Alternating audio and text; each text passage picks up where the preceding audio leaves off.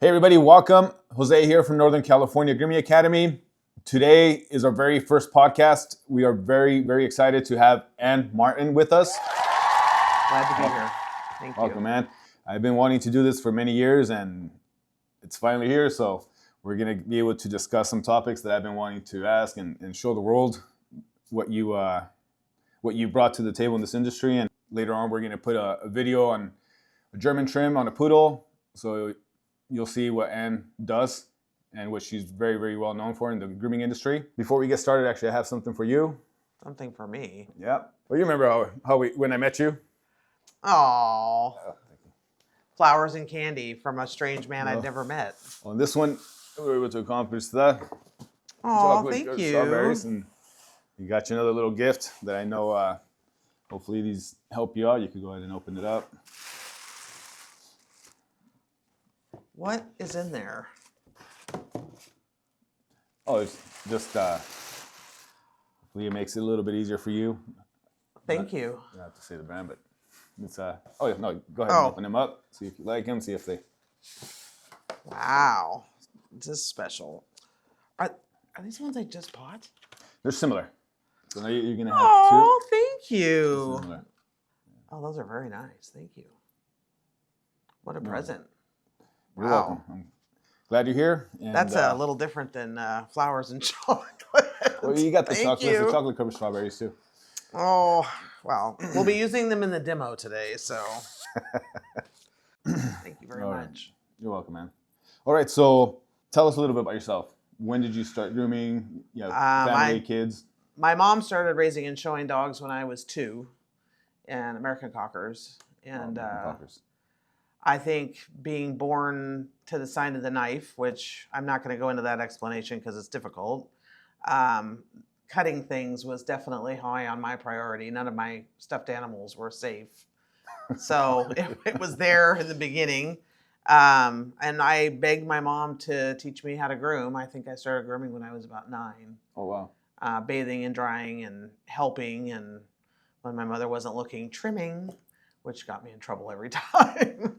I really started helping her more in the shop when I was 12, and I got my own cocker that was one of the kennel rejects that I adopted and took her riding with me everywhere because I rode horses from the time I could walk. And I shaved her with a 15 and, Double dog? Yeah, well, her legs were a 7, but that way she could go riding with me and she didn't pick up all the, flora that was available to be picked up. And I used to go to dog shows with my mom all the time and was the head schlepper. And I really wanted to show dogs, but it wasn't in the cards when I was a kid. My mother wasn't into teaching me how to do it. So she did teach me a lot of basics that I carried into my career. And I was one of the first certified master groomers at the age of 20. Oh, wow. I think I was probably the youngest. I don't know if that's probably been beat by now, but I went to grooming workshops as a teenager, kicking and screaming, but I learned a lot. Who used to teach back then?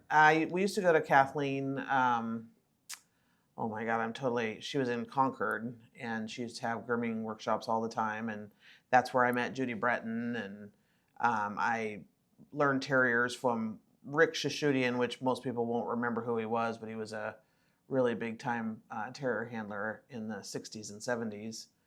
And the gal that taught terriers was one of his old assistants. And so I got to learn terrier heads and shapes, which I really enjoyed because I liked grooming terriers a lot because I liked the sharp angles and all the interesting ways that you can do them. It probably wasn't until I was in my mid-20s when, again, my mother drugged me kicking and screaming. Actually, she asked me to come down and assist with I can't think of it, CAH program that she and a bunch of other industry leaders put together as a open book bather assistant type certification. It was K9. Anyway, I can't remember. I'm not going to dwell on it. But I went down and saw my very first grooming competition, and I paced outside the ring and went, I can do this. What am I doing? I should be doing this. I can do this. And I met Nancy Hahn at that time, and she started teaching me to do Carry Blues, and She's we already doing them? became, What year was this? 91. Oh, dang. 91. Yeah, I mean, I'm Yeah. old. Yeah. Remember? So you guys been grooming? She had already been doing Carry Blues at that time. Oh yeah, Wow. yeah. And she had been showing dogs showing carries too, and so we became very close friends. And I begged her to come and do grooming competitions with me, and she was really kind of over it, and she acquiesced. And I went to my first grooming competition, and I met Terry DiMarino, and I met all kinds. Liz Paul was my judge, and I can remember thinking someday I want to be on the cover of Groomer to Groomer like Liz, and she was kind of somebody that I looked up to, and she was doing a lot of winning at the time. And so I went to this grooming competition, and being a greenhorn and wet behind the ears, I did an American Cocker and a toy poodle and a Carry Blue, and I won the whole goddamn thing. Oh, dang. I was First try? So that really inspired me. And at the time I was still vacillating between really wanting to become an ag teacher, because teaching was something I really knew I wanted to do from the bones. And then the grooming, I think that grooming competition was really what set everything in motion for me. And I just felt like that's where I needed to be. And Liz pulled me aside and said, I've never met anybody like you. You have to do this because the industry needs someone like you. And so I started doing grooming competitions. And that first year that I competed, I did 3 shows, and I was number 1 in the nation and was on Groom Team first time out. Wow. And That's grooming impressive. competitions were a lot different back then. We were still doing patterns on poodles, like the Dutch trim and the Sweetheart, and I still had a lot to learn about poodle grooming. That was probably my weakest link. I grew up doing sporting dogs, and so ironically enough, the dog I placed second with, which was my mom's champion dog, Yeah. I did the best job on, because that's what I could groom cockers with my eyes closed. And my Carry Blue, I look back on it and it makes me laugh, because he looked like a Clydesdale. It just didn't have the shape down or the concept of it, but it inspired me to move forward with my career and to understand I had a lot to learn. And I'm not one of those people that gets a bloated head just because I win a bunch of stuff. I realize, oh my God, I got a lot to learn. I bought my very first really nice pair of shears. I bought a pair of guide katanas. Oh, the katanas? Yeah. I have a pair of those. In fact, one of the competitors that I competed against for Best All Around Groomer at Chicago that year was Chris Pulowski. And I was so mad because I took a miniature poodle in that had 14 weeks of growth on it, had no pattern. I put it in a Dutch trim and scissored it, did my thing on it. And they compared that dog, which was a first place dog, to Chris's dog, which was a little mixed breed dog that she had done that was perfectly scissored. And I lost because I had a piece of hair in my armpit like that. And I was just like, oh. So I went to Intergroom that next year, which was my first year going to Intergroom. And they introduced us as the team, and we had to do all the pictures. And, I was like, yeah, that Chris Pulowski. Wow. Chris Pulowski is one of my best friends in the world, and I love her to bits, and her husband. And that year when we went to Holland for the team competition, we just became like the best friends. And she's ultimately who got me started in poodles, and I got my first standard bitch from her in 1998. So, 98. That was your first poodle? Well, my first poodle was a dog that I got from her that was from a breeder that she was working with, showing her dogs at the time, because Chris was still handling. Mm-hmm. And that dog didn't really work out so well. He's a champion and he was a multi-group winner, but his parents had major health issues. So she gave me a bitch out of her breeding program that is the foundation of my program. I see. And that was Jewel. And so that's... I competed for probably the shortest time ever. I mean, I think I competed all in general, maybe 6 years. And in 1998, when I went to the world to compete at Intergroom, I was pregnant with my first son. I was 5.5 months pregnant. That was grooming a dog and being pregnant is a lot of work. But Chris was there to help me, and it was really gratifying to be able to win that class because I'd been working on it for a while, and I kind of just basically retired. I've had 4 of my own biological sons, and I've raised a couple of add-ons, and I've got 2 stepsons, so I've been busy raising kids, and um, teaching was really important to me. So I realized early that I wanted to teach, and I didn't want to compete against my students. You have a shop. It's Feldspar, right? Feldspar Pet Spa. And then you breed poodles. Yes. This Feldspar, which we're going to be grooming later. Vivo comes from Feldspar. And you also have a team. Yes. Feldspar. So leaving competition behind, I decided have done grooming seminars since 1995. So I started teaching in 95 in my shop. And I've continued to do that. And about 4 years ago, I guess now, I was doing workshops for prepping for National Dog Groomers because I was a certifier for National Dog Groomers for 27 years until they sold out to the AKC. For how long were you a certifier? 27 years. 27? Yeah. And Nancy and I, and there was a couple other gals were the first, we were the ones that were kind of the foundation. Nancy, yourself, and who else? I can't remember her name now, but Shirley McBride was part of it, and then there was another gal that was very much a part of it as well. The workshops I basically developed for people to be successful in the certification process, so they were able to bring whatever dogs they wanted, and we would work on whatever they needed, help with. And I think I made some crack about, God, I should have a grooming team. Laugh out loud, ha ha ha. Well, I got held accountable for that comment, and so hence Team Feldspar evolved, and it's been a really great experience being able to work one-on-one. Most of my people that are on my team are fairly new groomers. I have a couple of gals that have been grooming for 20 plus years, but most of them are pretty new.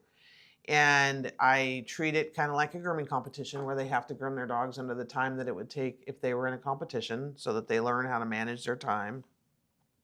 We work a lot on one-on-one, so wherever they are in their educational, I'm able to come and meet them there and help them progress. And we do a lot of anatomy work and, talking about the nuance. Most of everybody's got standard poodles right now that's in the group, but we have one Springer. And we talk about the nuances in the breed and, how important it is to understand those things. And it's been a really great, fun experience. And seeing my girls go out there in the competition world and win, that's better than winning myself. So. Well, you've trained a lot of groomers out there that are still competing. I remember, how many people have you trained that compete? I know 15 people that have come through the team at least. I know Tammy's one of them right now, right? Yep. And she's been winning almost every time I've seen her compete, she's always placing. So she's doing really good. Yeah, the team is, I think I have Elizabeth, I have Tammy, I have Heather, Angel, Rosie, and Emily. So I have 6 girls right now. Mm-hmm. And then I have another new girl that's supposed to come on. So no guys? No, I had some guys, but they've kind of filtered through. And, too much drama? Oh, I think that one of my most talented groomers, who's a very close friend, sometimes life just throws you a curveball and you have to go a different direction and kind of reevaluate things. And, some things aren't as important as others in life. So some things about myself that some people don't know is that I am a farm girl. I've raised and shown livestock of many different species.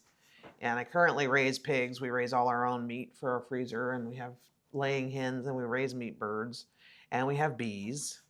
And I also am a Reiki master. So that's right. I do Reiki as well and energy work. So that's part of the deal. You keep yourself busy. And well, that's an everyday thing. And then, the rest of it is just, I don't know what it would be like to live on. Living in town would be boring. Yeah. Well, I think be boring. I'd have a lot more time. I don't really show my own dogs anymore. I have a great handler who He and his partner are just tremendous, and they do a beautiful job. And it's really a lot of fun to be able to do the breedings and raise the puppies and do evaluations and do the maintenance and grow them into big hair and then hand them over, Yeah. and watch them put all the finishing touches on and take them in the ring. For me, that's become quite a enjoyable thing. And, I help them as being part of the team and when I can. And it's a great, it works out really well. So I don't really miss showing my own dogs so much. It's a lot of work. Yeah. I can see that. Yeah. White poodles. I know, like you. So when I started in grooming competitions, actually my strong points were I groomed Bichons for the show ring, I groomed Wheatons for the show ring, and I groomed Portuguese water dogs for the show ring. Those were my three main breeds that I did for show long before I ever became a poodle person.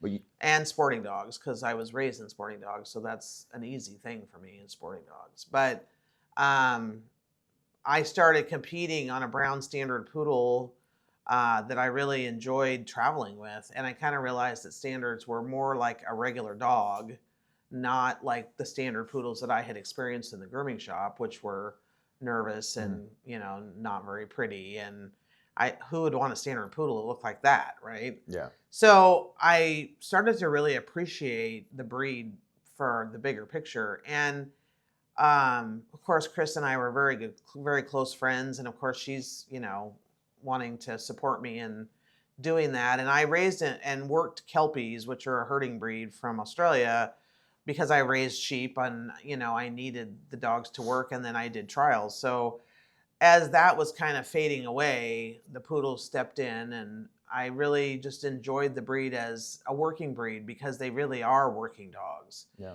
And I was fortunate enough to get a bitch that had a lot of drive to work, and she's instilled that in my program. 7 generations down from her, I have dogs that are in the field working to this day. I have a bitch that's not even 2 years old that's got her junior hunter title already, and Dang. the same person that owns her put a master title on another one of my dogs that I bred. And I have several others that have titles in the bird working realm and performance with obedience and scent work and all that. I just feel like the dogs need to still be able to do what they were bred to do. And poodles were originally designed to be a companion hunting dog. Yeah. Mainly water retrieving, but they also can do upland game, and they can flush like a spaniel. I've seen it.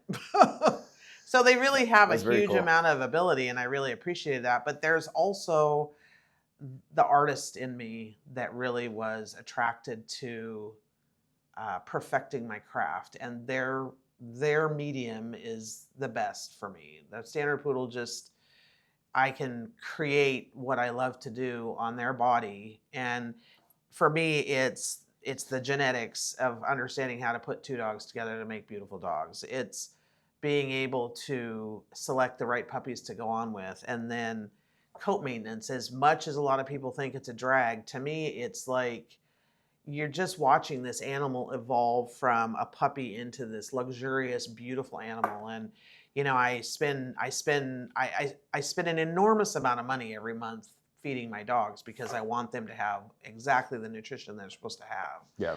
And it reflects in their condition and their coat. And then I get to put beautiful trims on them, and then they get sprayed up. And for me, that's what keeps me going in dog shows, because the politics and the ugliness of dog shows is not what would keep me going, but that side of it does. And that's what really attracted me to standard poodles, was just being able to put all that beautiful artwork.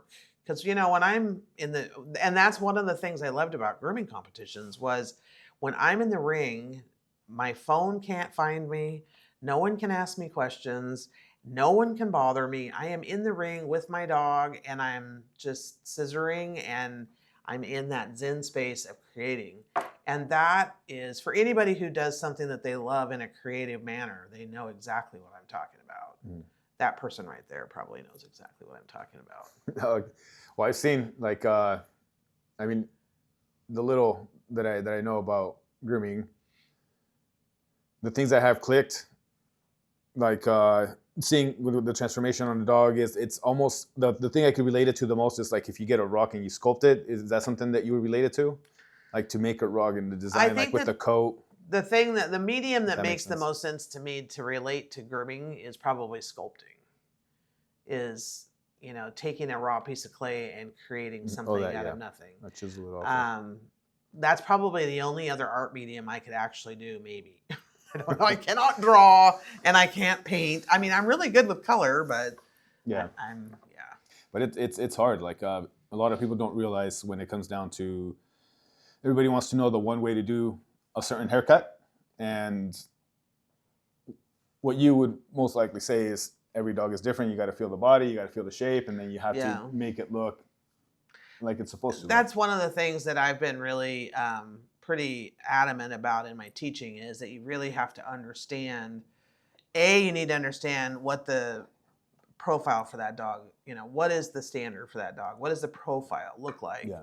You need to understand how that dog is built, what it was built for. Is that dog a water dog? Is it a field dog? So all of those things matter. And then if you know what the standard says and that you are able to evaluate a dog on a physical manner, then you can put the right trim on that dog no matter what, because you understand what the real dog is supposed to look like. So in spite of the faults that dog might have, you're able to compensate for that and create a balanced, beautifully symmetry trim. When you say fault, like somebody that's listening that doesn't know, what does that mean? A fault means that instead of having a well laid back shoulder, their shoulder may be upright and they might be ewe-necked. So they're anatomical faults. Like, none of us are perfect, right? We all have anatomical things that are off. So if a dog has a low tail set, or if it has a straight, it has straight angulation in the rear, or it's, say a dog is supposed to have a well-rounded rib and it has a very flat rib. Those are all things that are anatomical faults that you would have to compensate for in your trim. So that means, okay. So instead of if you groom the dog to what it is, then all you're doing is accentuating the faults, because you're following everything that dog is, right? So if you know the structure of what it's supposed to look like, and you're able to have that in your mind's eye when you're creating the trim on the dog, you're able to compensate for those faults and create the ideal look. It's smoke and mirrors. I mean, I can put a puppy trim on a dog that if you shaved it down, you'd probably just pass out. But when you have all that hair to sculpt, then you're able to, hide it until you see the dog move or you put your hands on it. Yeah. So smoke and mirrors, baby. Smoke and mirrors. Yeah. How many groomers do you think, if you had to guess a percentage, understand this out of the whole industry? Well, the thing that we've always said, that of the industry, only about 5% or less actually do any kind of extra education. So that would give you a pretty good concept. I mean, not just in the Sacramento greater area. And now I don't know what the current number is this now, but back in the day when I was teaching, there was about 300 shops in the greater Sacramento area. Now that's not where I am, but that's where I was. And almost everyone who came to my grooming workshops came from out of town. Very few. In fact, I don't even remember in that time that anybody from the Sacramento area came. And I can remember making some cold. This is the one and only time I did this. I made some cold calls and just called around some of the surrounding shops to invite them to come to the workshop. And I got everything from, why would I pay anybody for education when I make plenty of money on my own? To, we're not interested. That's a big thing. That was everything in between happened too. So that's it's kind of depressing in a way. So, I mean, I remember when I first heard of you, I was still probably at Petco, and I heard about the famous Ann Martin, and then I met Debbie Oliver. You know her. Yes, for many years. She's here in San Jose. Before I was a groomer, I went to go do some work at their facility, and I was like, oh, they have a kennel here. I didn't even know what that was. I didn't even know what grooming was at that time. And I remember when I first opened my first shop, I remember that there was that kennel there, so I went to talk to her. They didn't even have a school then. They had a school that they had temporarily. And I became friends with Debbie, and then she would always mention you, but I never got introduced to you by her. So I just kept hearing, and then when my brother started working with me and I sent him to school with Debbie, one day he came to me and he was like, hey, I went to Davis. Debbie took me over there to go help Ann bait dogs, and I was like, "What the?" I was like, "You went, you went to go meet Ann Martin, and I still haven't met Ann Martin." And this was probably in like 2015. Yeah, it was around 2015 or so, and I was a little upset at Debbie at that point. I was like, "Dude," and my brother that went to go meet you, and I started to meet you. So one day I was like, when we were going to do the grooming competition in 2019, that's actually Right. I'm bringing this up because I just remembered this, and I remember I went to go. I called you and I said, "Hey, can I talk to you?" And I went and I drove over there, and that's when I met you. It was in early 2019. I remember. Good thing you remember that. Yeah, it was. I know it was pre-COVID. Yeah. It was around March, April time, and I went and said, "Hey, I have this idea. I want to do this grooming show. Would you help us out?" And yeah, you came up. I remember you did us that favor and you helped us judge, and yeah, it was a fun Actually, I event. mean, you guys did a great job with that. Yeah. That was really a bummer that we got closed down with all that stuff. Right. Because I hope you do it again. California really needs to have a good quality grooming show, and I mean, without really knowing a lot, you did a good job with it. So We kind of pushed. and you had a good turnout.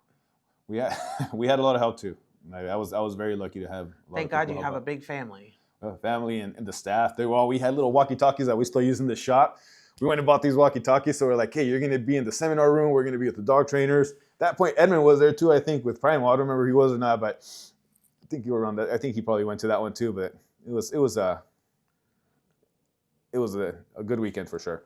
I had to find a way to meet you because nobody was introducing me to you. So I couldn't find you anywhere until one day I was like, I'm just going to call her shop and I'm just going to go over there. And everybody would just say, "Oh, and Martin this, and Martin that," but nobody. So I had to go in. Well, I hope that through the years that I've been teaching at home, and I've had the opportunity to teach all over the world actually, which is something that spun off of being on Groom Team, is the ability to see parts of the world that I still have other parts I want to see, but I really feel blessed that I was able to do what I've done.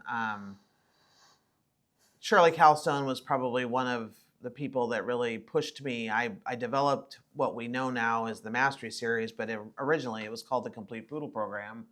And I ran it by Shirley Calstone because she just was like the first lady of the grooming industry, in that she had such a wonderful international show at Intergroom, and it really influenced how I thought about grooming contests and my experience of going there and the international flair, and just her, she was just a grand dame. She just did things with such class, and she was so amazing. She wrote her poodle book, and I didn't even know until somebody told me, but apparently I'm in there a few times. And my hope has always been to write a grooming book on poodles myself, just kind of maybe a more updated version. Yeah. But the Complete Poodle Program it's scary to put a program together yourself and then present it to the industry. And it had a good following. And we were able to take it to Australia, where we had the biggest following, which was amazing. Australia's pretty big in grooming too. Yeah. We got to work in Brisbane for 3 days doing workshops, Pina and I, and then we went down to Sydney and we presented the program, and of course we got to see some really cool places in the process, which was amazing. But the grooming industry has been really kind to me in that, I've had that opportunity, and I've been able to teach all over the place, and I've done a lot of judging, and I enjoy judging. The last few years, it's a lot of the big show people only want to do people that are already working for a manufacturer, and they don't have to pay any expenses, so they hire people off the floor, and that's fine. But it leaves people like myself and some of the other gals out there who aren't working for people out of the loop, because I'm not going to pay to go judge somebody's show.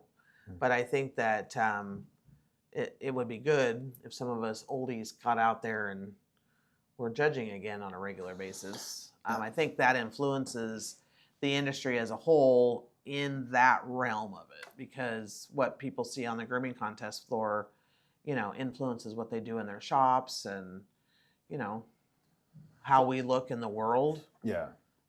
Pretty disappointing that we came back from the Worlds this last year with I think it's all changed. I mean, when I first started hearing about, oh, there's a Groom Team USA, and I think I could be a little patriotic, and then I didn't know there was a thing until I started going to dog grooming shows, and then I met somebody from Groom Team Mexico, and he's a good friend of mine. He's helped me out quite a bit, and I was like, man, this side is very, very political in a way. From what I got, the stories, I never really got involved in all these things, in any of that stuff, but I would just hear stories, and I like to hear, like, I like to learn things, and that's actually going to lead us to the next question here. When it comes down to competitions, when you first started, it was just beginning. So how many shows was there back then? Well, it wasn't just beginning. I mean, it started in the 70s, so it had been going for a while. And when you started, like, but when I started, so my experience specifically, there was Long Beach, there was Portland, and I think that's all we had on the West Coast at the time. So if we wanted to compete elsewhere, we would have to go to Intergroom or Chicago, or, back in that day, there was probably 10 or less grooming shows in the whole United States at the time when I was doing competition. So you didn't have to hit now to be on Groom Team, you are going to spend between $50,000 and $75,000 a year on the road, hitting all these shows. I think they've changed the rules a little bit so that it's not quite as overwhelming, because you only have to, basically compete with 2 dogs, and, you're become a specialist. But back in the day, we would haul 4 to 5 dogs with us, or however many classes we entered. And I can remember one of my trips to Intergroom, and, I had crates stacked on dollies, and, I had my big portable dryer that was in the overhead compartment. It was, that was before all the 9/11 changes and things. But, it was like we did our dogs in the rooms, and we had to clean our rooms afterwards, and we had to be really careful. And I know there was a lot of people that weren't, but they didn't have bathing facilities. They didn't have the things that they have now for groomers. And so it was a lot smaller, and it wasn't as difficult to rack up the points to get on the team. Now it's the grooming shows have changed tremendously, in that there is more crossover with people that show dogs in the grooming competition world. So before, it was basically like a pet parade. I was winning with, my little pattern trims, and, I could take a cocker and, do a 7 on its back. But you were able to do golden retrievers in competitions before too, right? That didn't happen until later, but yeah, they did become popular. Yeah. And, to do a show golden, it takes a bit of talent. It's not something that you can just walk in there and expect to do it right and not know what you're doing. When did everything change, though? When they said, when did Groom Team start? Well, Groom Team started in the 70s. Oh, really? Yeah, or the early 80s. Yeah, it's been around for a long time. Oh, okay. Yeah, and it's been, the American groomers have been very successful over the years, as far as being leaders in the industry. Now, grooming has really stepped up in its level of difficulty, in that the breed profiles are adhered to. Hand stripping, back in the day, you could take a hand strip dog in the ring and take it with a blown coat, strip it down to its jams, and you could freaking win a contest with it. Well, that is not quite the same level of what we see today, where, these groomers are learning how to strategize their coats so they can come in and they can be successful in a 2-hour window of time and present a really beautifully done dog. So that has changed tremendously from the original strip it down to its pajamas or naked and call it a day. That doesn't work, right? So the sporting dogs have come tenfold.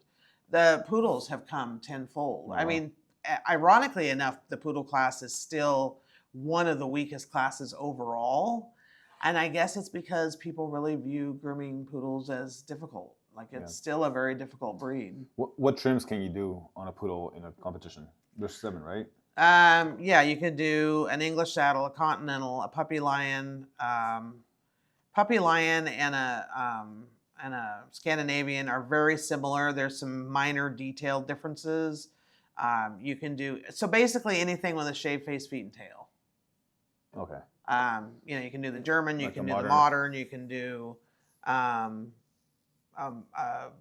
T trim. I mean, there's just a million trims that you can do, HCC. but they have to be poodle trims. So there's been some dogs brought into competition that are not poodle trims. And those should not be treated as poodle trims. They should be, you know, I mean, it's a profile. So poodles have shaved face, they have shaved feet, and they have either a shaved tail completely or they have a band around their tail. That is the basis foundation of a poodle trim. Ideally, we would like to see things stay, you know, like the three trims that we can show in this country are the English saddle, the Continental, and the puppy trim. Those are the only in the show ring. Now, in non-regular show ring classes, you can do the German trim with shaved ears, but you have to have it. I don't know if they've changed it, but you have to have a tail. And you can do what we call the modern lamb trim. Because I know in Europe they also have the second puppy clip, right? That's the English puppy lion. Yeah. That's okay. Yeah. That's the same name. So it's a Continental. You know, it has a full jacket. It's like a Scandinavian. But then it has puppy legs and puppy back legs. Okay. Yeah. It's actually not an easy trim to do. Yeah, it looks difficult for sure. Looks nice though. Mm-hmm. So if you were to take a groomer, like the best groomer in the 90s, early 2000s, and you put him with the top groomers right now, who do you think would win? Well, I mean, if you were gonna take them in the moment that they are at that moment, and then place them in the ring at the moment of now is going to be the winner chicken dinner. Because if you don't evolve, then you're not going to be up here. And I can guarantee you, people say, "Oh, I want to be just like you." Well, catch the rolling freight train, because I have never stopped learning. I have never stopped reevaluating my trims and looking at what I've done. And it's like the opportunity to get to do Dante. You know, I don't do show carries anymore. I've done a few, but they just are not a very common breed, and Nancy Shop does most of them. And so to get to do Dante is really a lot of fun, because I get to really push myself and remind myself of the trim and what it's supposed to look like. And so you guys know she trimmed Dante for the show the other day, and she only did it in like 5 minutes. No big deal. A little longer than 5 minutes. Okay, seven. But yeah, he looked really, really good. It was a huge difference. So, but it's, you know, it's that kind, like my hand stripping is probably tenfold better than it was when I first started. But I was self-taught. Nobody ever taught me. And so I've learned a lot along the way, and I've had the opportunity to strip different coats, you know, Scotties, Westies, the broken coated, you know, Airedales, Fox Terriers, Welsh, that sort of thing, border Terriers. So when we go to like, I guess if we would have brought him and you say they had to evolve, let's say 20 years from now, what do you think it's going to be like? The grooming, I don't know. The competition side, not the grooming industry, just the competition side. What do you think? What route do you think it's going to take? Well, poodles will definitely be better, because that's just the way things go. Mm-hmm. I don't know how much better some of the other classes could get. I mean, there's some groomers out there that are doing sporting dogs and, you know, Bichons and, you know, the Bedlingtons. I mean, I don't know how much better you can get. I mean, obviously, some people have good days and bad days, and so, you know, maybe those things level out. I think as a whole, if you keep learning and evolving, it's just going to get better and better. But there's going to be a point where, I mean, we're humans, right? We aren't perfect. And, you know, I can look at my work and find the holes. Yeah. So it's just a matter of perfecting that part of it, you know, and hopefully more competitors in the ring. I mean, I think every year we're growing as far as numbers go, which is good, because that means there's more people out there that are going to have the ability to teach. Hopefully. Not everybody's designed to teach, because not everybody has the ability to regurgitate information accurately or retain it. So that's, you know, there's a lot of talented groomers out there, but they're not all built to be educators. Yeah. You know what I mean? That's true. But they can educate in another way, just by demonstration. Yeah. By demonstrating their beautiful work in the ring. Do you think breed cuts will be still? Like, you think that more other like in the next 20 years, do you think the rules will change and there'll still be as many breed?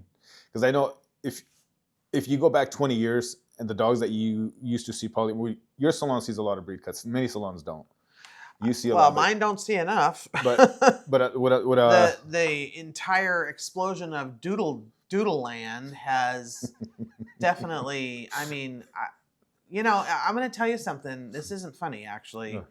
From a breed preservation point of view, it is really, really scary with this, because in my time as an alert human, so when I was old enough to be aware, cockapoos were, a thing in the 60s and 70s and into the 80s even. And I saw that coming through with, I was in my mom's salon enough to know what that looked like. And the schnoodle came through, the poodle schnauzer mix came through. And those trends kind of died away. They didn't really take off and become an epidemic. Mm-hmm. This doodle thing has been one of the biggest epidemics I've ever seen in the grooming industry or the dog world in general. And the thing that is really, really sad about it is that perfectly intelligent human beings that know better will go and spend $3,000 to $5,000 for a dog that is basically being farmed by people who don't know anything about what they're doing. The animals have no health testing. Most of the animals they use are absolutely inferior animals with bad temperaments, not good health or physical attributes. And they spend the enormous amount of money for these mutts. And I see in our shop, my little world, which is 65 to 70% doodles, I see all these enormous health issues, temperament problems, lack of customer education, so these people don't know that they need to have their dogs in the shop when they're 3 months old to get trained so that they become good citizens, and we can control the hair situation, because it also creates the most bizarre coats I've ever seen. So I don't know what to say about what the future looks like in that department. Would you think for like golden doodles, you think there's some that are bred good? I really can't speak to that, because I am on guard at all times to keep my dogs out of any kind of breeding program that has anything to do with that. Mm-hmm. Any breeder of purebred dogs is not going to want one of their dogs in that kind of a breeding program. Mm-hmm. Because so many times, and probably 98% of the time, the people that are involved in doing this kind of breeding don't really know anything about dogs when they get in it. So they don't have, they haven't had a mentor. They haven't been, mentorized up in. My mother, as much as we didn't get along when I was younger, my mother talked about things that were fundamentally important in dogs. And that was structure, movement, and temperament were primarily things that she harped on all the time. And it wasn't necessarily that she said it to me, but she said it to people that she was talking to when I was around. And that mantra got seated in my brain cells. And even though I didn't have really a mentor other than Chris in poodles, poodles are a dog. And if you follow the same fundamental thought process in that you're not breeding for pets, you're breeding to improve the breed every generation, you work diligently to try to improve every time you make a breeding, you're conscious of health issues and you do your health testing, and you very much have to be realistic and very aware of the temperaments that you're dealing with your dogs. And when you can be that, you're still not 100%, right? We still have shit happens. That's the way it is when you're dealing with a living animal. Mm-hmm. But in the doodle world, they're grabbing whatever standard poodle they can snag off of Craigslist or wherever, and they're snagging a golden retriever, no matter what the hell it looks like or where it comes from. Goldens have a whole basket of problems genetically. Poodles have their own whole basket. Now, they call this a hybrid, but it's actually not a hybrid, because it's not two species that are crossing. It's the same species, just crossing a different line. And instead of their quote unquote, it makes them healthier because they're crossbred, it doesn't work that way. You're actually marrying this basket of health issues to this basket of health issues, and you actually make them worse genetically they're worse by doing this kind of breeding. Now, my vet told me the other day she's got 2 doodle breeders that are actually doing all their health testing. But that's 2 doodle breeders and how many hundreds it's gotta of be them? rare, right? Yeah. I mean, I can see Yeah. that. So, and if you don't understand temperament, that's one of the biggest problems that I see in doodles is they've got really bad temperaments. They're completely overrun with anxiety, and their breeders, quote unquote, tell them they don't need to be groomed, and then they never see a groomer until they're mad at Solid and wearing a second skin. And then, it's the whole dynamic of we get blamed because we have to shave the dog down. It's an idiot. It takes months to train it if the customer will commit to getting in often enough to train it. And yet you could go spend a certain amount of money buying a dog from a quality purebred breeder. That puppy's had 5 or 6 baths, and it's had at least 3 or 4 haircuts before it even leaves your house, leaves the breeder's house. And it has generational health testing behind it. So you have an animal that's more predictable in what you're going to get at the end, rather than rolling the dice and praying that you're going to get a serviceable animal. I've seen 80, 90-pound golden doodles that have had to have both of their stifles rebuilt because of bad genetics. It's one thing I do say when And people... that's not generally a big dog problem. It's usually a small dog problem. Yeah. That's one thing I tell when people ask, like, hey, I want to find this dog, like, you know any breeders, and whether it's a relative or not, and they want to get something that's going to be relatively cheap that they find online, and I tell them, hey, there's a chance you're going to have some genetic problems. Remember, this is a 15-year investment that you're doing. Like, this dog's going to be with you for 15 years.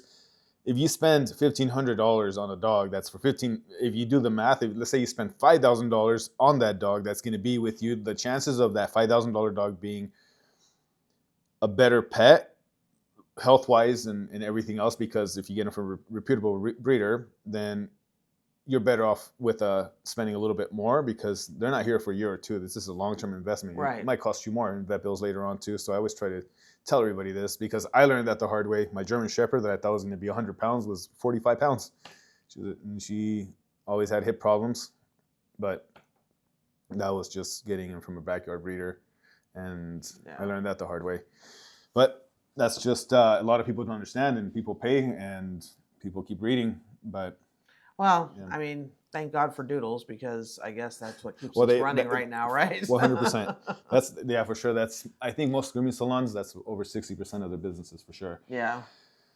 Compared to breeds, like, you don't see them very often either. So that's why I was asking, go back to that. Well, for competition, people that are interested in competition or they're interested in getting certified, I always try to tell them, go to the dog show, try to meet breeders within that breed that are willing to talk to you and that you click with. You can't just go to somebody that you don't really like on first meeting and expect it to go any differently the next time you meet them. If you click with them and they're willing to talk to you after they're done showing, and you can say, hey, I'll come pick up poop, or I'll come bathe dogs for you if you would, give me a dog to practice on so that I can learn the nuances of your breed. A lot of breeders will be really happy for that, because, they want people to succeed and they would like to be able to have groomers that they can refer to. And you always like the free help. For sure. So, I mean, there's breeders here in Northern California of Scotties, and she's done a tremendous job with supporting and helping the grooming industry and teaching. Danica? And Danica. I mean, she breeds really nice dogs and she's very successful, and yet she still has, an openness to help the grooming industry by allowing people to use her dogs and doing workshops and, teaching people about Scotties. So she's come out here to give us a few lectures. She brings pretty her dogs. amazing. She's very nice, So if you're watching this, Danica. So that's the best way to find, purebred dogs. And it's hard to get people to release their pets into your hands for competition or travel or anything like that. So that's the other good thing about, meeting a breeder and being able to use them as a resource, is that a lot of times those dogs are retired champions who have been on the road, and they're used to traveling and they're used to being on the table and they're easy to handle. So it's kind of a win-win in all aspects. Yeah. the amount of shops that have opened, I think they've tripled Yeah, at compared least. to in the last 10 years here, minimum, I think tripled, probably more. I think during How about COVID, over we there? actually lost quite a few shops. I know that in Yolo County, which is where my shop is located, uh, in Davis specifically, I know we had at least one brick and mortar shop that closed down. So now we have more groomers in the area. So we don't, we don't have huge amounts of dogs that are groomed in our area. So, but Sacramento, I would say probably it's grown for sure. I know we had a shop there too. Oh, my very first shop I bought was in Sacramento, actually. It was pretty busy. I remember we took it over and still had. Oh, this was in 2014 too, in the beginning. And yes, it's still there. It was next to a vet clinic, but I sold that part, my part, in 2016. But I know out there, a lot of people from here have moved over there to open salons as well. Like Elk Grove area, it's grown. A lot of people that moved out there. So Yeah, Elk Grove that's is more north, definitely right? a growing area. Yeah. For sure. I guess for like when it comes down to opening a grooming shop, the amount of people that have opened salons, and how many of those do you think are qualified groomers that are either certified or have the experience? Unfortunately, I think the percentage is pretty low. Pretty low. You don't, in our industry, you don't have to have any of that to be a groomer. And so a lot of people will learn from other groomers that don't necessarily know what they're doing either. I mean, it's a funny industry because Sorry. There's a lot of things that go on in grooming shops that probably shouldn't. Yeah. I think it's gotten a lot better, and I think it's gotten a lot more professional, but so many groomers that, open a shop of their own, they're not really, they're not really ready fundamentally, let alone being able to do any higher end kind of grooming. So I think that percentage of people that are more educated is higher in general, but I don't think it's enough. Yeah. Unfortunately, the certification program that was in place, I'm not really sure exactly what's happening with that. I resigned. So well, let's talk about the certifications. So there's a few associations. There's IPG, there's NDGAA, there is AKC now, and then there's ISCC. Is there any other ones that I'm missing? I don't think so. No. Between all of those, you were NDGAA, right? Right. You were certifier, and then they sold to the AKC. Well, now it's under the AKC. Yeah. So how did that work? Well, when it came down to certifying, like so to become a master groomer, what did it take? To become a master groomer, you had to have all three of the non-sporting, sporting, and terriers, which is 2 dogs. You had to have all those be an 85% or better. And then you had to be past the master's test at 85% or better. The written and the hands-on. Well, there's no hands-on for the master. That master is 400 question test, which ironically enough, I had just gotten done rewriting the master's test when really? I got the news that NDGA had sold. So when did it sell? During COVID? No, it was a couple of years ago. Oh, okay. Yeah. It was a great program that definitely needed some updating, and it went the way it did. So I was very sad. It really broke my heart because I had spent 27 years devoted to that program and supporting it through my education process that I did for people. And so what do you suggest when it comes to certifications now that I would like to see a 3-tiered system put together. I think that the bathers need their own, not bathers, the assistants, which is the foundation of our job every day. They bathe, dry, and finish bath dogs. That's an assistant. I think that should be a level that assistants can. I think that's really beneficial in so many ways for people that are coming into the industry in that route, because it gives them a sense of they've earned a title. Yeah. And they've earned a level of expertise, and it's like on paper, right? It means something. I think that the beginning to intermediate level certification, like what NDGAA was, could be reestablished, and that would be a level that people could gain. And then I think there should be a mastery level. I think that groomers that really want to master unusual, purebreds they don't see all the time, unusual grooming, not unusual grooming, but different grooming techniques that you don't see in the shop all the time. I think that should be a whole new level. So having, it's kind of like going to grammar school, high school, and college, Yeah. Or high school, college, and then a master's program. Mm-hmm. You could equate it to those levels. It would require a group of people, or more than just one person, to put together a program. I know that Pina and I have talked about it at great length. Chris and Michelle Evans, the four of us have talked about it. Talked about making the Mastery Series actually that level of master education, but we don't have the other levels in place. So it took me a long time to put together the Mastery Series. I have 4 modules. It's very intensive training, as you've been through a couple times. Every time it's presented, it's something different, but it's intensive, and it's not cheap because it takes a lot of work and a lot of time to put it together. And to put together a certification process, I would need to have help. I mean, we would have to have a collective that could put it together. But I think it's necessary, and I think it's important. Mm-hmm. So rather than writing a poodle grooming book, I would rather work on a project like that, because I think it's going to benefit the industry as a whole so much more than me writing a book on poodle grooming. For sure. So I think it's important.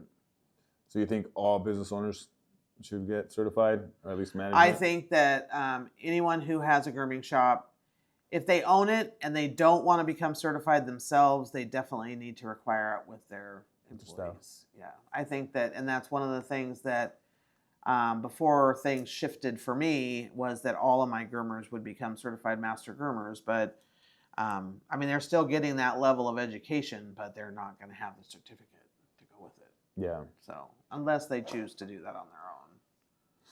How long do you think it would take to finish that program if you guys were to put it all together? A couple of years, probably. At years? least a year. Because you got to sit down, you got to put together an outline, you've got to put together all the things in each level that you want. I mean, I think if I had a collective group of people that we work together, well, we could probably put it together in a year. So you mentioned Pina, Michelle Evans. The Mastery Series is already done. All it is a matter of putting a test together. Yeah. That's easy. The other parts have to be rewritten, and the bathing and the assistant part of it, I think, would be not as difficult. But it's not the difficulty; it's the time that it takes to get it all put together and do it right. You know what I mean? So, but I think it's vitally important. Yeah. Because when we do come down the pike to regulation and legislature is demanding a certain level of things, I think if we have that kind of an education process in place as a whole unit, not just, this person over here has this certification process, or this place over here has this certification process, it's under the same roof and it's all one piece, so that people can progress through it in their timeline. That makes sense for them. Yeah. It'd be good to have another certification like that that's advanced with a lot of, when you mentioned, you said Pina, you said Michelle Evans. When you go back to when you were first starting to, who is still around that's still in the industry, whether they're grooming, competing, judging, that we see often? You mean from my timeline? Yes. When I started, Chris, myself, Michelle actually came on later. She was actually Michelle Evans. Yeah, she actually. I worked with her on poodles several times, but Sally Hawks. I don't know how involved she still is in the industry. When did Olga come around? Olga's been around for probably 20 years. at Like least. early 2000s? Yeah, Oh, I can remember her competing. I met her about the same time as I met Pina, because Pina and I are going on 20 years of friendship, and okay. yeah. I think well, social media has influenced this industry drastically, I feel. What do you think? Yeah, it has been kind of Just shocking, actually, how much it's influenced the industry in not the right ways. You're talking to somebody who's not a very good self-promoter. So, I grew up in the age of the dial phone with a 35-foot cord, not a cell phone in my hand. So it's been disappointing in some ways. How certain kinds of influencers have become so much the rage, and it's the new groomers who don't know the old guard, or don't know those of us that are not good self-promoters or whatever. The level of education is just, it's not what I had hoped it would be. You know, it took a long time to earn the stripes and polka dots that I wear today. It's not something that happened overnight. And it's an evolution for me. It's not a stopping point. And, I just stay in the laurels that I gained back in the day. Yeah. I feel like I've worked really hard to be better at what I do in my craft, and better as an educator, and better as a speaker, because that's what you do as a human being, right? You evolutionize your own being. You can't change anybody else, Yeah. but you can sure as hell change yourself, and you can move forward, and you can become the better part of you that you can be. And I think that's what influences people. And unfortunately, quality education has kind of taken a backseat to entertainment.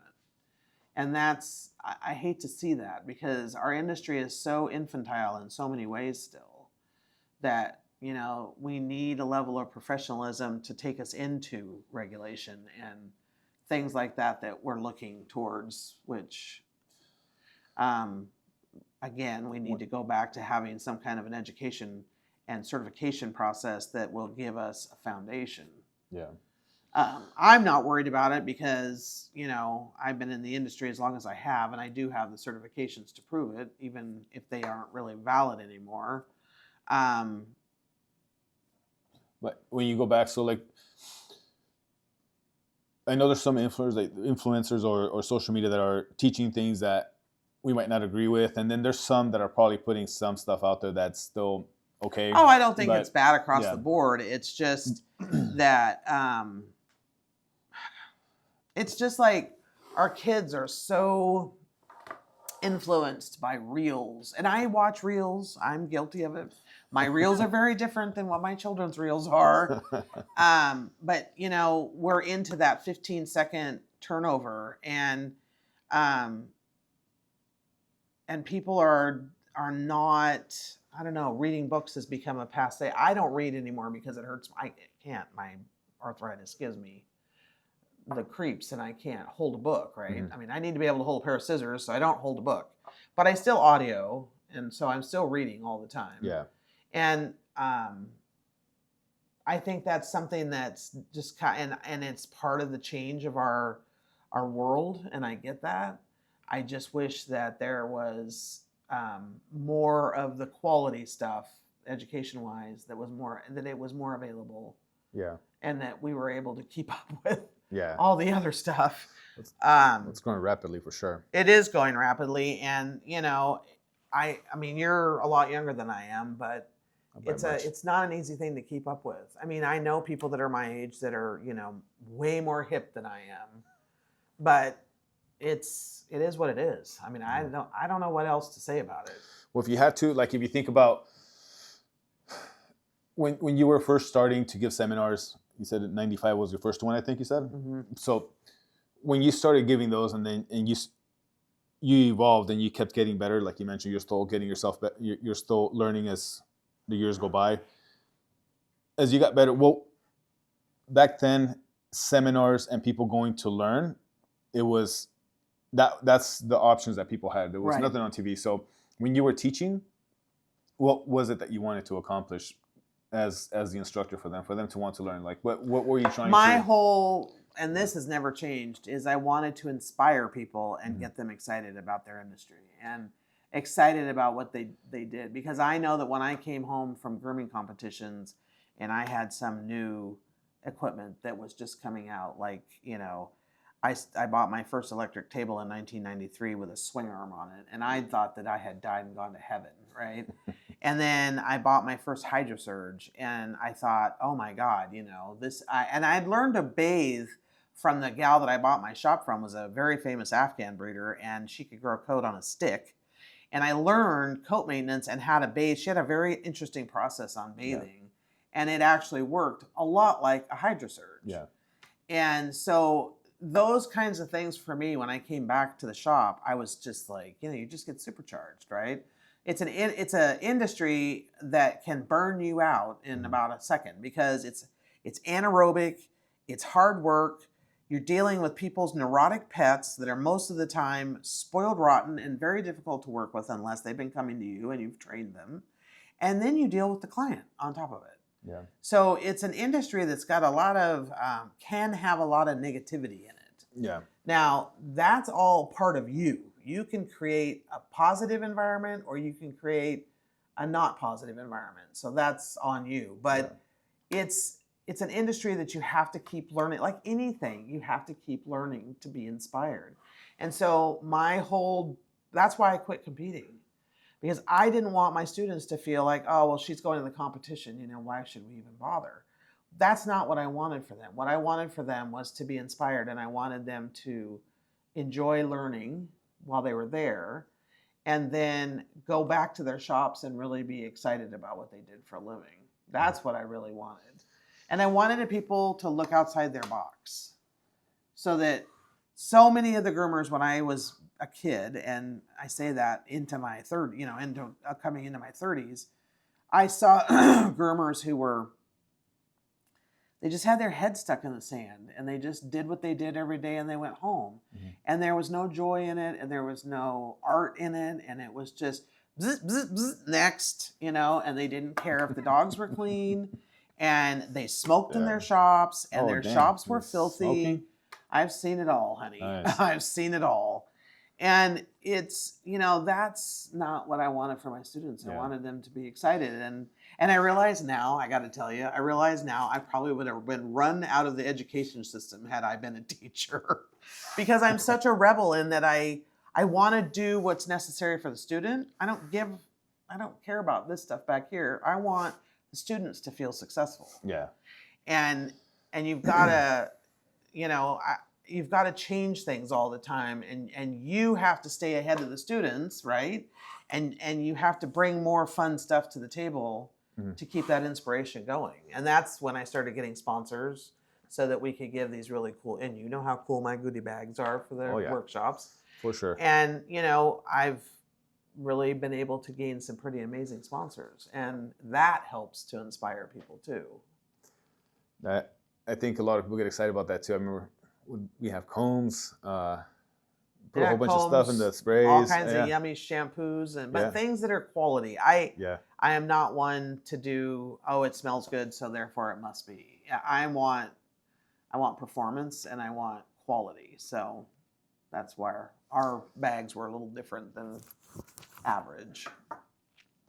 But that's the whole premise of education is, if you walk away from my classroom and you're inspired and excited and you're happy, then that's all. And you might learn 4 things, you might learn 10 things, or you might only learn one thing. Yeah. But you've learned, and you're able to take that back and utilize it. And then the next time you come, you'll be on the next plane, and the next plane, and the next plane. And that's what it's about. That's the way I always seen it. When I would go to seminars, I'd be like, I need to learn this and that, like the key areas, and I would ask, and then I'll learn like maybe 1 or 2 things at a time, and I'd have to go like 10, 20 seminars sometimes. Well, and the thing that my colleagues, and I say colleagues, Pina, and when there was like 16 of us that were certifiers, and we sat down one time and we talked about how we would set up the tests so that we had better success rate. And what we all sat there and talked about was the fact that we all had learning disabilities. I mean, almost everybody in the grooming industry, not everybody, but a lot of us, especially the successful ones, have ADHD, have ADD, have auditory processing disorders, have, there's all kinds of shit that goes with it. Yeah. And sometimes people can't take tests. But if you read them the test, then I took a student who was going to pass the test with a D. I read her the test, and she passed it with a B. Oh, man. Now, that's huge. Yeah. So we put in our rules that we were able to read the test for people that could not sit there and read something and process it and be able to put an answer on the paper. And there's a lot more people out there than you realize. Oh, we go through that with the school as well. When it comes to that, try to find ways to simplify that. Yeah. But I think, so your goal was to inspire anybody that you were teaching. If you go back to saying, like, when you see people putting up reels or the influencers nowadays, like some of them, what do you think they're trying to get across? I mean, your case is to educate and inspire. I think that there are people out there that are doing exactly that. Mm-hmm. I think there are people out there that are doing influencing for personal gain and entertainment value. That's the only thing I can, Mm-hmm. I mean, there's all kinds of stuff out there now. I mean, you can go through your Facebook if you're a groomer and you're scrolling through Facebook or Instagram. I mean, there's just a million different things that you can watch. Yeah. Anything from hilarious to disgusting, I mean, it just depends on who's doing it. So, I mean, I think entertainment definitely has its place, right? I mean, that's it, things can be funny and have entertainment value. Does that make you a leader in the industry? No. Not unless you have the credentials to back it up. But I definitely think there's lots of funny stuff out there. Yeah. I'm just not that funny. My husband like your says jokes. I'm way you got some too good serious. Jokes, I think one of my biggest, I guess, going on that, for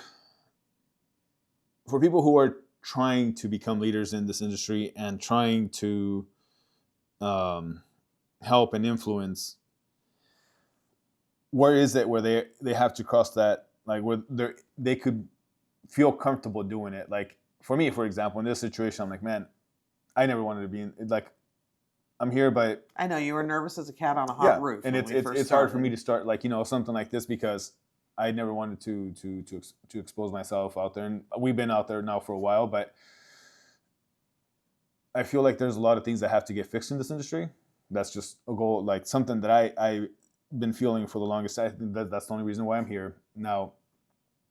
There's a lot of people out there who are very comfortable, and I feel like the industry is very divided too, because some people feel like they're teaching, but they don't feel like they've earned it, or others don't agree with it. Where would somebody know, like, hey, go ahead and step up and you're good now, or I think the answer to that question is that you understand the question I'm trying to say? Yeah, it's more like, where is your legitimacy?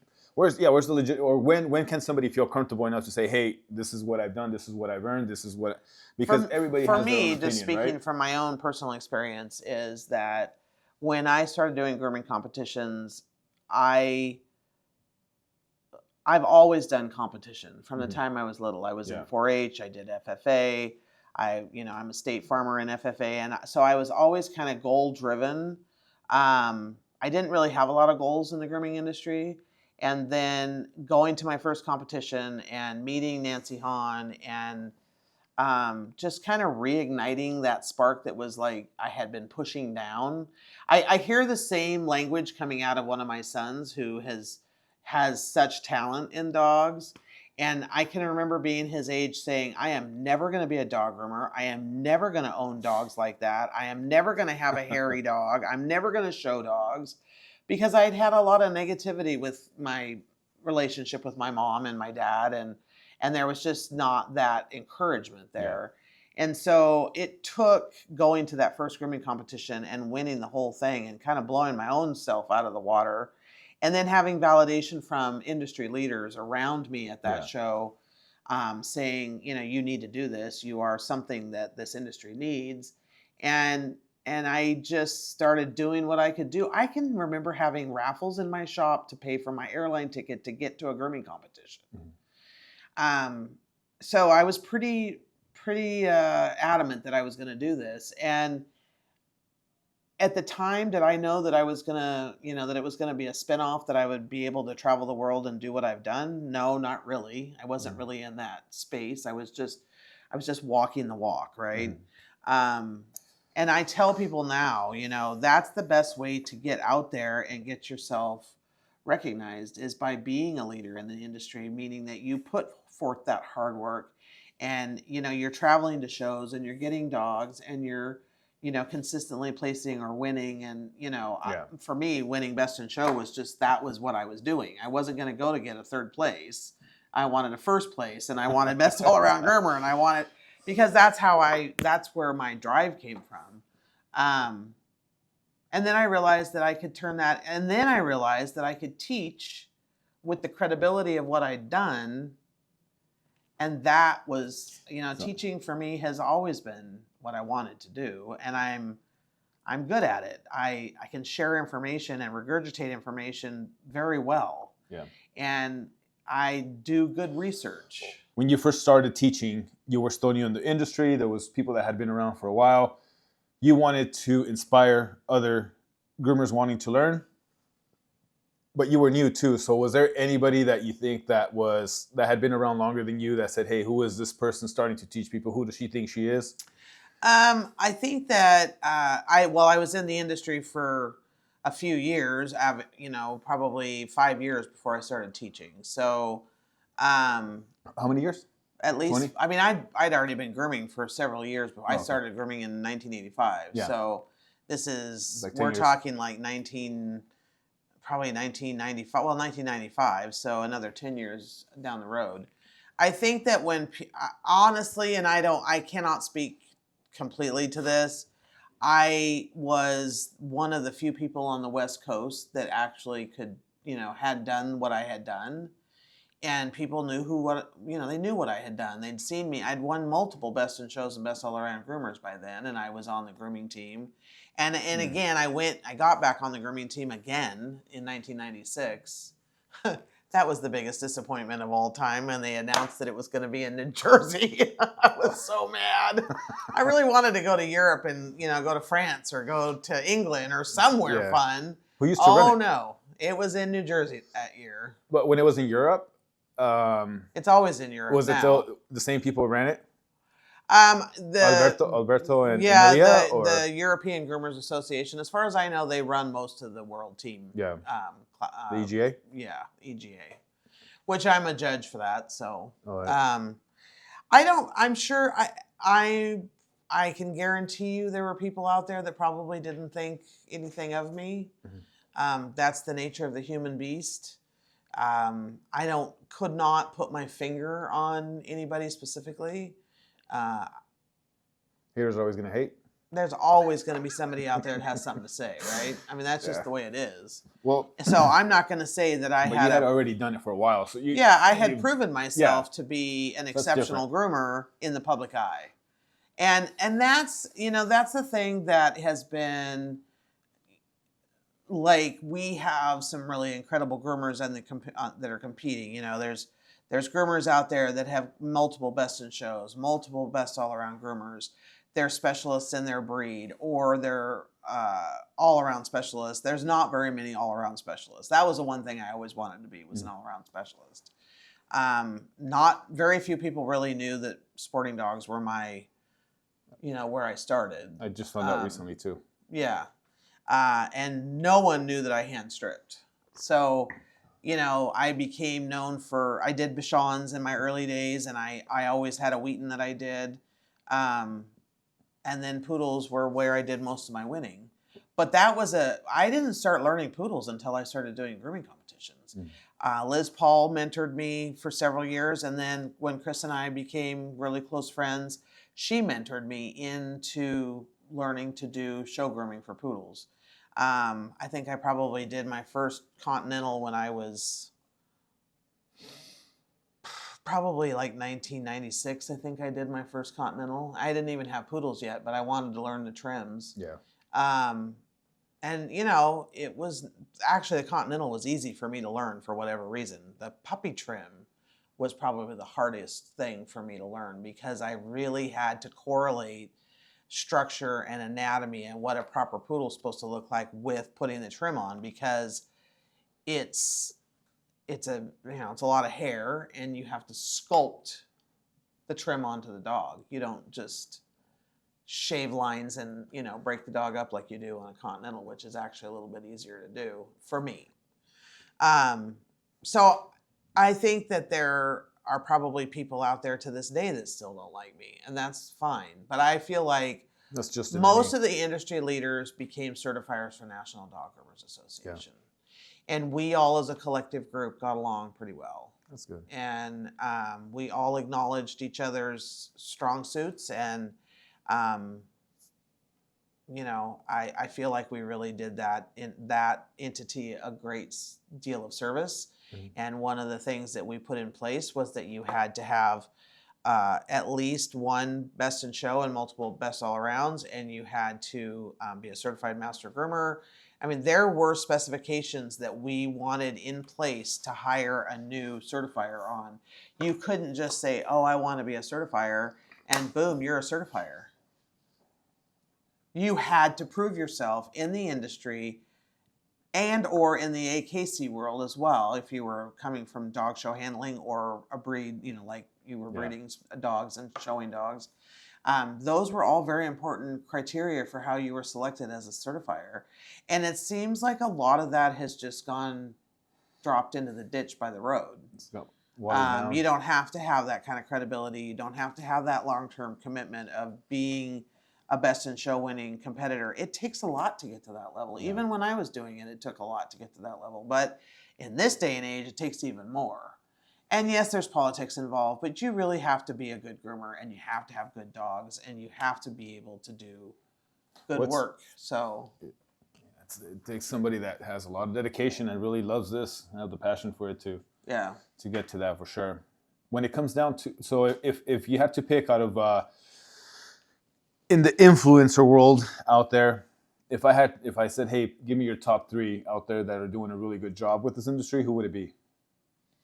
Well, I mean, I know everybody's going to say I'm biased, but Irina Pinkosevic has done a beautiful job of, the industry influencing through Groomhouse and, the work that she's done. I've learned so much from her too. Yeah. I have to think about a lot of the good groomers don't really do a lot of influencing. That's the funny part about it. I mean, I think of Lindsay Dickens has been just a tremendous competitor through the years. And, I've had the opportunity to watch her grow, because I was doing a lot of judging when she first came out. And, she's amazing. She's done fabulous things with her life, and she's still out there competing. I never got to meet her. I always wanted one of her Bichons. Yeah. Lindsay Dickens. Yeah. So she's not. She should be more. I think that she's very, very shy, so I'm not sure that that's ever going to happen. But she's an amazing groomer, and to sit and watch her at ringside is quite something. Who else? I'm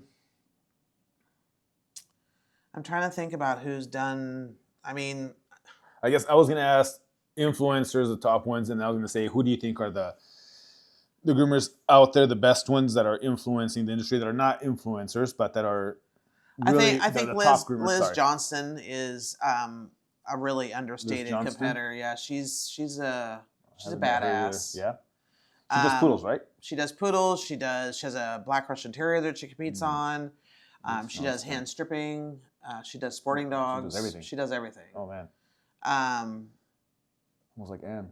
Yeah. There's some groomers out there that have just done. Gracie's done an amazing job with her hand stripping and Grace. Yeah. Oh, yeah. Dante's we got her from her. Yeah. And Pina, yeah. there's definitely Sophia Staples has come up through the ranks and she's also an influencer, and her video work is actually pretty good. Sophia Staples? Yeah, I've gotten to know her. I've really enjoyed her. She does a van, right? What's that? She works. She works for Wolfies. Okay. And she has just come along and just done an amazing job. She's an open now, and she's really very competitive. And she's Botanica is one of her main sponsors, and she's done a fabulous job of really influencing. I look at her videos and I think I should do better. I need to do better. I mean, I do have a ring light now, so now I just have to get it set up at my table and, remember to use it. There are some really great people out there. Macy Pisa does a really great job. Nadia Bolangeli does a great job. I mean, Look, Bellington. Yeah, she mostly does Bellingtons. Everyone does be Sean. There's definitely some amazing groomers out there, and whether they're doing influencer stuff on the internet or not, I still think that they're out there influencing in the way that makes a difference. Yeah. I think that being humble and remembering that you need to learn is really important, and I think that sometimes gets lost with, along the way, which is not abnormal, right? I mean, so I think that's something that is important. I've given that advice to people, be humble. Because you know what? I do workshops regularly, and I learn things from other people. What about people that are in my class? I can learn things from them. Excuse me. And I can learn how to be a better person by doing a class and having an incident happen. And, how I handled that could have been different, or I handled that well and it turned out well, or whatever. I think that we just need to be open to stuff. For sure. You have to stay good humble. Or bad. Yeah. And being humble is a way to be aware. I think because, we're just, we aren't any better than anybody else. I'm going to say, I don't know if I should say the name, but she said, hey, at the end of the day, we all still got to pick up dog shit. That is exactly the truth of it. And if you think that you're better than that. Have you heard that from somebody before? I mean, I think that's a comment throughout dog shows, really. We all still got to pick up or dog shit. grooming. So if you have dogs, you have to pick up dog shit. Yeah. Or if you have cats, I have a little robot. So I got stuck in my head. I was like, you're right, Pina. You're right. It's true. What would you advise and suggest to all the groomers out there that are starting or that have been doing this, that are opening businesses, that are competing, that are influencing the whole industry? What advice would you give out there to be able to change? If you imagine this industry to being perfect, like, what do you think should be, what steps should be taken to get into that direction? I think that coming back to fundamentals is really important. I think really understanding our industry from the ground up in a way that promotes real professionalism and real understanding of the job from the inside out. I think that really, I think we've really benefited from some really good business classes that have been available, but not all groomers are seeing those. I think that's something that's really important. I think that that groomers that are really striving for good education need to do their research and find educators that may not be on influencers, on the internet, or not as visible as others. I think that they need to really do a little more research and find those people that are going to give them the kind of education that's going to push them into the next level of their careers. I think that creating a business that gives them a living and gives them spiritual, happiness. Not every day is going to be perfect, but if you work on creating a clientele that works with you, not that they're directing your train, because that's what happens when you don't take charge of your clientele. So you make the rules of how you want your shop to go, and you make the rules, and they're not rules that have to be like in the customer's face, but you have to remember that you are there to provide a service, not a servant. You're creating a price line that pays you a living that's appropriate, and that you are doing the kind of quality service that you're obligated to do in taking care of the animals that come into your business. And that is making sure you're using good quality products, making sure you're using good quality techniques, making sure that you're taking good care of your body by using quality, uh, quality tools and equipment, and throwing your brushes away after 3 or 4 months, because come on, people, you're spending $10 or $12 for a brush. You don't keep that brush for a year or two. You throw it away, because the tines get bent on it and it doesn't work effectively, and it can scratch the dogs and it makes your job harder. Just throw it away. Be kind to your body. I had somebody come to my class, and I asked everybody to bring equipment and if they wanted to bring their equipment up so I could look at it and see where they were at. I took more than half of this person's equipment away and threw it away. Oh man. And then I gave her stuff out of my own station that was good quality and basically new. Yeah. Because I didn't want to take it away from her and then not leave her with something that she could use. But what she was using was so not okay for her or for the animals that she was working on. I just took it away, threw it away, and then I gave her my stuff. Because I'll buy myself a new brush, and I'll buy myself a new comb. I buy myself good quality equipment because, I've been in this industry. I'm 59 years old this year. I have not had one surgery for repetition issues. Because I feed my body properly, I take nutraceuticals, I try to do stretching exercises, and I use really good quality products, equipment. And you do a lot of dogs too. Still, you can still groom a lot of dogs. I groom pet dogs every day, and I usually do 6 to 7 dogs a day. But my 6 to 7 dogs are standard poodles, Bouviers, hand strips. I have a black Russian Terrier that I do. I mean, I do a lot of big dogs. I do a lot of show grooming on some, setters and springers, and I have English Cocker clients, and so I do a lot of show grooming or show type grooming. But hey, when I can get a doodle on my table that takes me half an hour to do, I'm in heaven. But yeah, and my dogs are all prepped a certain way so that they're clean, they're well blown out. My girls are really, really well trained, and they do a good job so that all that really good foundation work is done, and then the groomers can get their jobs done in a more so that's the key to that. Expedient. Yes. 40 years doing this, doing a lot of dogs still is good tools, good equipment, good nutrition, ergonomics, nutrition, stretching, and being kind to this, going to workshops, going to conventions, making friends in the industry. Push yourself out of the box. Get into the contest ring if that's something that you think you might be interested in. Getting yourself certified. Those are the things that keep you going. That's what's kept me going, for sure. All right. Well, that's all really good info for sure. I appreciate that. Hopefully it helps. It will. Hopefully, I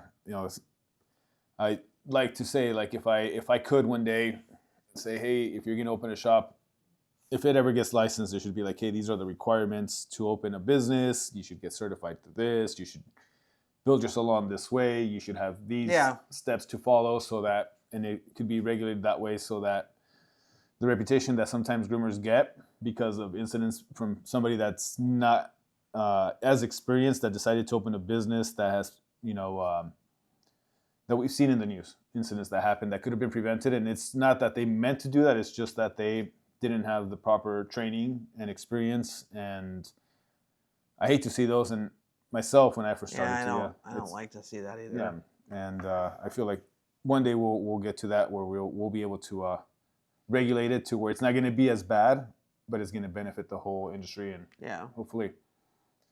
But I think, meanwhile, people should take into account what you had mentioned. Hopefully, Since there's no certifications, like say you haven't done it, what do you think? What certification should they pick in order to get there? What should they do? I think at that least? the best way to approach certification in the current state that it's in is you do your research. So you research the ISCC, you research IPG, you research National Dog Groomers. You decide, because it has to resonate within yourself. Mm-hmm. You decide which educational process makes the most sense to you at this time. And in the meantime, hopefully I can Work on yours. get something going and get it going. I mean, it's just going to take time, but it's something that I think is important. And I feel like I think I could probably pull in some pretty amazing people to help. So it's a team effort, it's not a singular thing. I think that's what's really most important is a lot of the stuff that I've done has been a team effort. And I wouldn't be here without that team effort. Yeah. So. Okay. Give me 3 names that I could call to come out here one day. Do this with us.